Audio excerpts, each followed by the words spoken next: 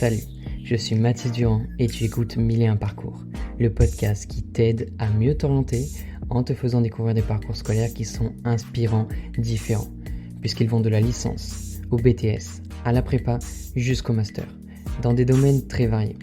Cette différence est enrichissante et va te permettre de découvrir les études, la voie qui te plaît. Tu vas savoir comment se sont réellement passées les études des personnes interviewées et avoir leurs conseils. Ainsi tu sauras si ces études te correspondent et les débouchés possibles. Pense à partager le podcast s'il t'a plu. Bon épisode. Bonjour Eva, je suis ravi de vous accueillir sur 1001 Parcours. Donc pour démarrer, est-ce que vous pouvez vous présenter votre parcours scolaire, voilà, ce que vous avez fait avant d'arriver à votre métier actuel? Bonjour, je suis Eva Boyer, je suis chef de projet écologue au sein de Biotop depuis 2017. J'exerce ce métier depuis 2014 et, euh, et donc avant d'exercer ce métier, j'ai fait une formation un petit peu décousue par rapport à ce qu'on pourrait voir aujourd'hui sur le parcours de l'écologie. Donc j'ai d'abord fait un IUT génie biologique option environnement. Suite à ça, je suis partie en école d'ingénieur en aménagement du territoire. Et à la fin de l'école d'ingénieur, j'ai refait une année de BTS gestion et protection de la nature. Donc, il y a une formation qui se fait en 2 ans, mais là, il y avait possibilité de la faire en 1 an si on avait déjà un diplôme, de manière à me spécialiser plus dans les métiers naturalistes, ajouter cette couleur à mon CV. Et justement, vous saviez déjà dès le départ, quand vous avez commencé vos études supérieures, quel métier vous vouliez faire? Non, pas du tout. Euh, Quand j'étais au lycée, je voulais être vétérinaire, donc rien à voir. Bon, principalement parce que j'ai pas eu d'assez bonnes notes, je me suis retrouvée dans ce parcours en fait avec l'IUT et en fait j'ai vraiment adoré toutes les sciences liées à l'écologie, la physiologie, enfin tout ce qui touche à l'environnement en fait de manière générale. Et donc c'est là où j'ai su que je voulais travailler dans ce domaine. Après, je connaissais pas du tout le métier que j'exerce aujourd'hui. Ça, je l'ai découvert vraiment en fin de stage d'école d'ingénieur. L'école d'ingénieur que j'ai fait après l'IUT était très généraliste et je me suis beaucoup éloignée de ces thématiques qui m'étaient chères, en fait, liées à l'écologie. Et donc je voulais absolument que mon stage de fin d'études soit en lien avec ce domaine-là parce que sinon j'avais peur de jamais pouvoir trouver du travail dans cette branche. Donc à l'époque, je connaissais pas du tout le milieu et je connaissais qu'un nom en fait qu'une seule entreprise qui travaillait là-dedans, c'était Biotop. Donc Ça tombe bien. en fait aujourd'hui, j'ai découvert qu'il y en avait plein. Donc en fait, j'ai postulé chez eux pour un stage à Lyon, donc où j'ai été prise et c'est là où j'ai découvert le métier de chef de projet écologue et d'expert naturaliste aussi. Et je me suis dit que c'est ce que je voulais faire plus tard. Et du coup, vu qu'on parle de Biotop, est-ce que vous pouvez présenter un petit peu ce que fait Biotop et ce que c'est comme entreprise? Biotop, c'est un bureau d'études. Originellement, c'est un bureau d'études qui fait des expertises sur la faune et la flore. Aujourd'hui, on a des missions qui sont très très variées, qui vont de l'expertise faune-flore pure et simple à des conseils un peu plus stratégiques, à des grandes échelles territoriales. En fait, ce qu'on propose à Biotop, c'est qu'on va proposer notre expérience, notre technique sur le domaine de l'écologie et de la faune et la flore, et on va la mettre en pratique sur n'importe quel type de projet.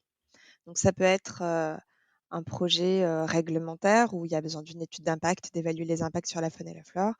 Ça peut être accompagner une communauté de communes qui refait son document d'urbanisme et donc il y a un volet biodiversité à prendre en compte quand une collectivité planifie l'aménagement de son territoire.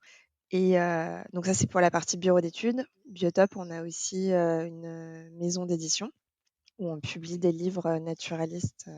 Et on a Biotop Édition, Biotop Communication, voilà. Je crois que c'est les mêmes maintenant. C'est voilà, c'est une filiale qui comporte des graphistes en fait et qui peut accompagner des porteurs de projets à faire de la communication sur la biodiversité d'un territoire. Par exemple, des panneaux qu'on peut trouver en espace naturel quand on se balade, qui sensibilisent sur la faune et la flore. Ça, Biotop Communication, c'est un type de prestation qu'ils peuvent faire. Et dans votre secteur d'activité, ce que vous faites, enfin, Biotop existe depuis 25 ans, je crois bien. Donc, est-ce que c'est l'entreprise la plus importante dans votre secteur d'activité? Alors je crois que oui. Oui, je crois qu'on est le plus gros de France. Après, il y a des structures dont la taille s'approche de la nôtre. Nous, après, on a aussi la particularité d'être pas implanté que en métropole. On est implanté dans les DOM-TOM, la Guyane, la Réunion, la Martinique et aussi dans d'autres pays à l'étranger. Donc le Maroc, Luxembourg, Belgique, la Chine. On est présent à plusieurs endroits en Afrique aussi. On est certainement un des plus gros. Et pour revenir sur votre métier de chef de projet écologue, tout ce que vous avez cité, ce que fait Biotop, est-ce que vous avez toutes ces casquettes ou vous êtes spécialisé par exemple que sur les cadres réglementaires, que sur accompagner les communes, les collectivités? Non, en général, on peut être amené à travailler sur tout type de projet, mais en général, on a un peu notre spécialité. Moi, quand j'ai commencé, j'étais très orientée réglementaire, études d'impact et dossier de dérogation pour la destruction d'espèces protégées. En fait, c'est un type de dossier qui revient souvent, c'est quand un projet impacte une espèce qui est protégée par la loi. Si son projet doit se faire, il doit à ce moment-là constituer un dossier de dérogation. Donc ça, c'est vraiment la grosse partie réglementaire et j'en ai fait beaucoup jusqu'à présent. Et là, depuis 1 an, j'avais envie de changer un peu, donc de plus passer sur des projets. Alors, ouais, il y a les projets de institutionnels, on appelle ça en fait. C'est qu'on va accompagner des collectivités ou d'autres types de structures à faire des plans de gestion pour des espèces naturelles, ce genre de choses. Et donc, je fais un peu plus de ça aujourd'hui. Et moi, je m'oriente aussi vers tout ce qui est agriculture et biodiversité, qui est une thématique hyper à la mode, mais qui est aussi assez émergente en fait. Donc, on manque de connaissances scientifiques sur le sujet aujourd'hui. Enfin, il y en a beaucoup, mais il y a rien qui est rassemblé, enfin, il n'y a pas de cadre en fait. Donc, voilà, je m'oriente sur cette thématique et je travaille dessus aujourd'hui au sein de Biotop. Alors, vu que vous parlez de l'agriculture, c'est en fait ce qui m'a motivé à vous inviter, parce que mes grands-parents étaient agriculteurs, donc je me suis dit, c'est quelque chose un peu, enfin, d'affectif pour moi, donc c'est pour ça que je vous ai invité. Voilà, j'aime bien votre spécialisation, comment on peut dire. Et donc, pour rentrer un peu plus dans le concret, enfin, quelles sont vos missions au quotidien, ou est-ce que vous pouvez nous décrire une journée type? Alors la fameuse journée type, il n'y en a pas en bureau d'études parce qu'on a beaucoup trop de dossiers différents en fait. En moyenne, un chef de projet, je crois qu'il a 15 projets différents sur une année et donc en fait, des fois, on peut être amené à aller, sur le terrain, même si à Biotop et c'est le cas dans beaucoup de bureaux d'études, je crois, il y a 2 types de personnes, en fait. Il y a les chefs de projet. Alors les noms varient en fonction des structures, nous, à Biotop, on appelle ça des chefs de projet. Donc c'est plutôt les personnes qui vont rester au bureau, qui vont s'occuper de la relation client, la rédaction des rapports, l'interface avec l'administration et on a les experts naturalistes de terrain.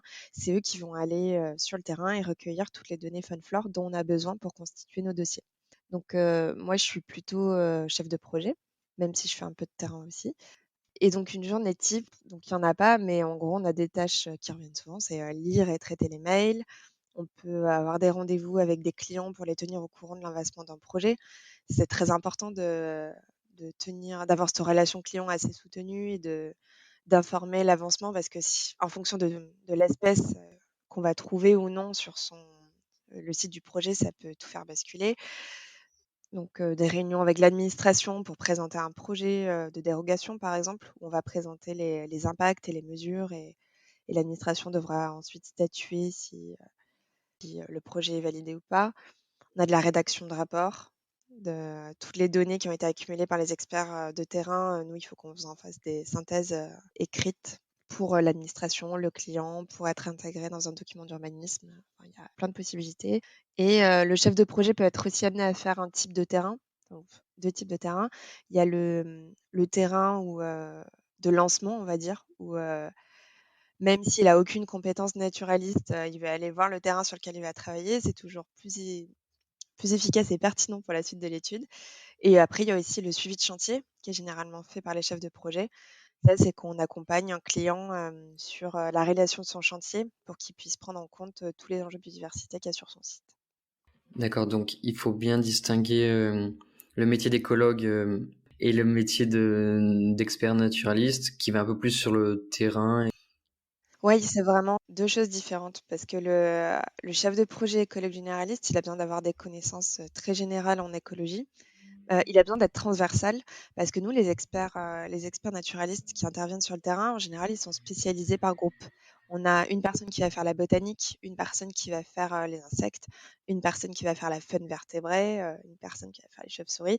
Donc, eux, ils font leur rapport, qui va remonter au chef de projet, qui va devoir, les comprendre, les compiler, transformer ça en enjeux, essayer de mesurer les impacts, toujours en relation avec l'équipe, hein, parce que les experts naturalistes sont ceux qui connaissent le mieux ces espèces, mais c'est au chef de projet de le mettre en musique. Il y a aussi d'autres parties dans une étude qui sont vraiment de la compétence du chef de projet et lui seul, qui sont plus transversales sur l'environnement général.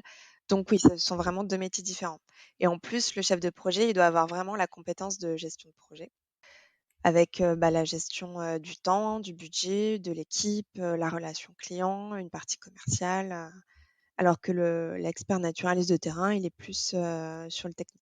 Et vous, vous gérez une équipe du coup? Ou vous faites partie d'une équipe? On va dire que je fais partie d'une équipe. Il y a pas de alors je sais pas si c'est comme ça chez toutes les structures comme la nôtre, mais, nous, en tout cas, on n'a pas de rapport hiérarchique, entre nous. On est une équipe avec des compétences et en fonction des projets, on fait des équipes projets. C'est le chef de projet qui va organiser, c'est son travail d'organiser le terrain pour les experts qui vont intervenir. Lui dire par exemple, ben: «Tu as 2 passages à faire, un en mai, un en juin. Tu as, 1 demi-journée par passage à réaliser, tant de frais de déplacement.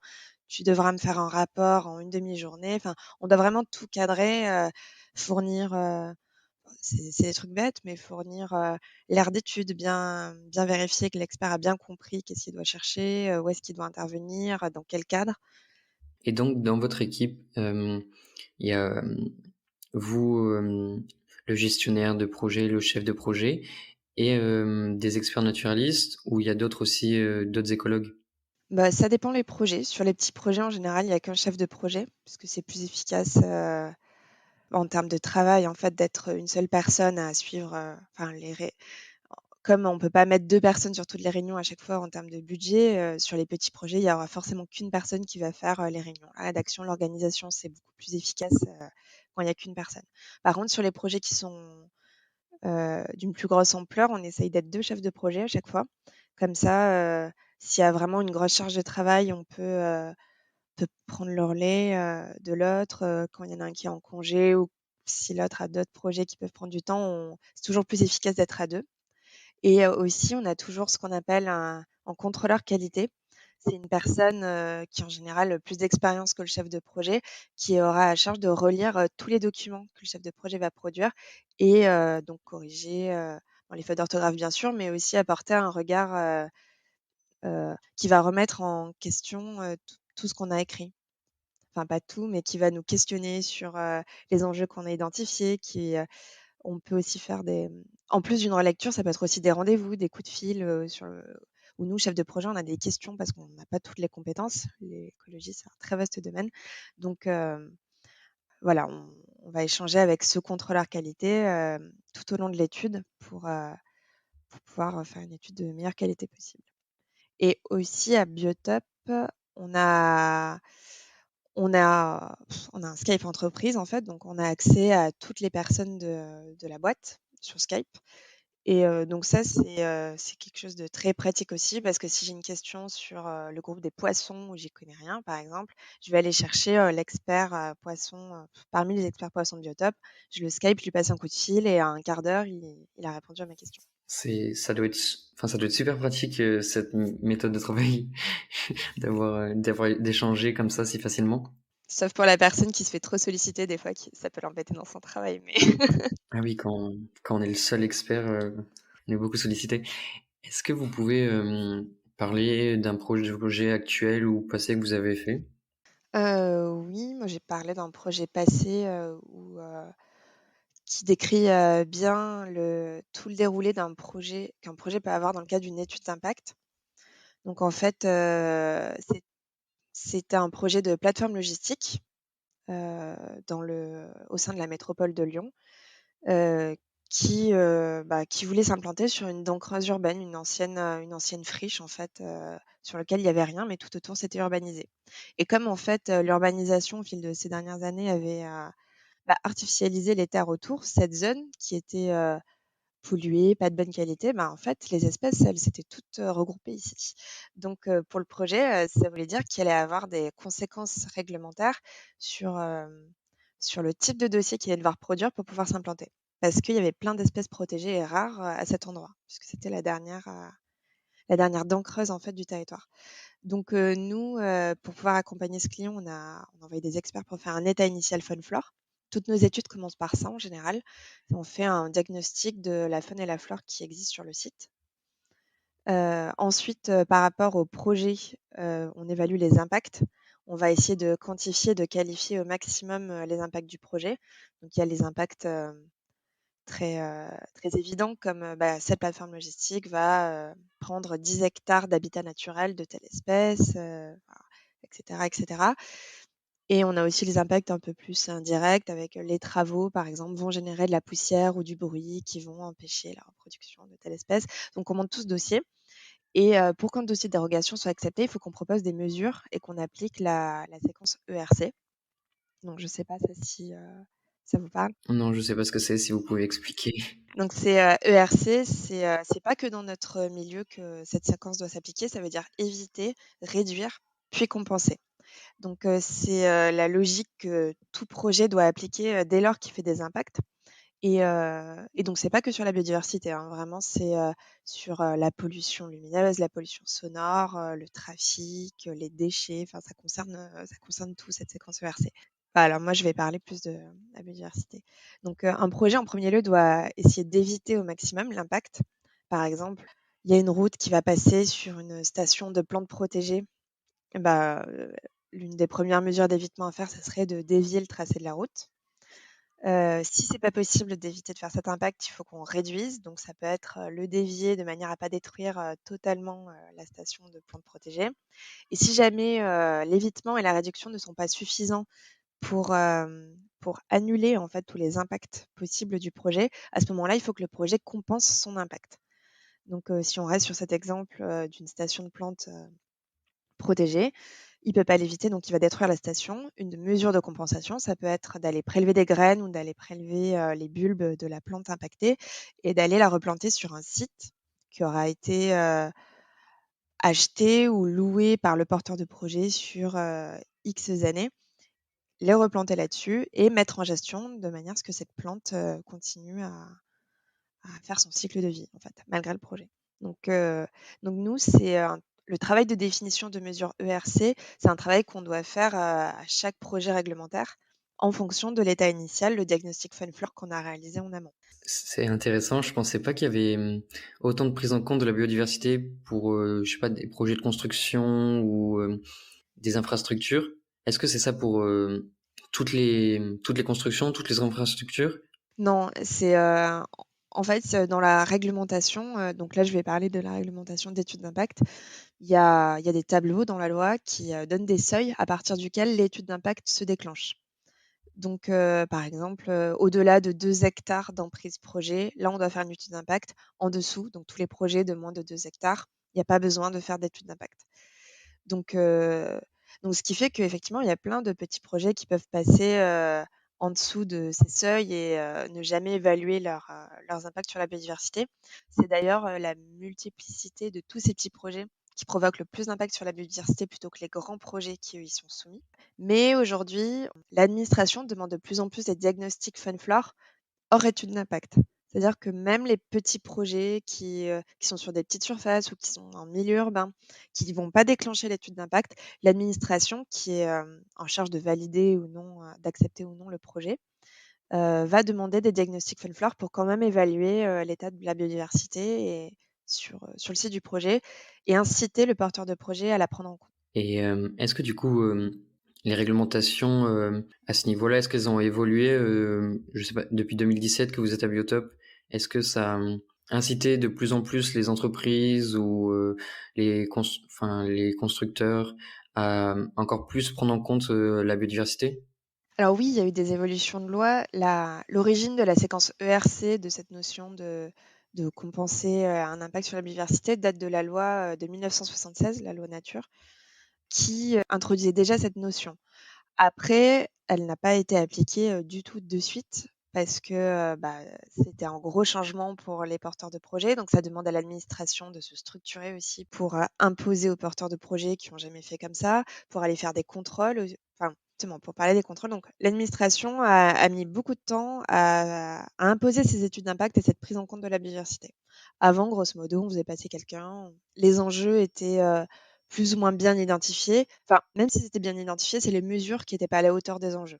Les mesures ARC avant, elles étaient, c'était quand même pas pareil, enfin pas sur tous les projets.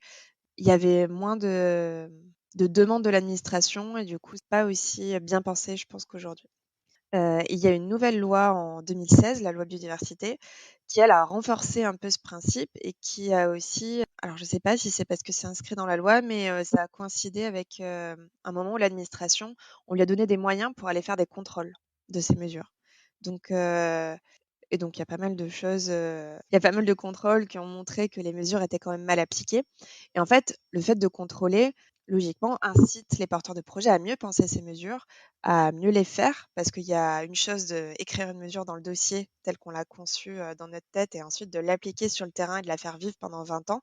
Il y a toujours des aléas auxquels on pense pas, sur, l'agriculteur est pas venu faucher, ah bah, en fait, plein de raisons pour lesquelles une mesure, peut ne pas marcher.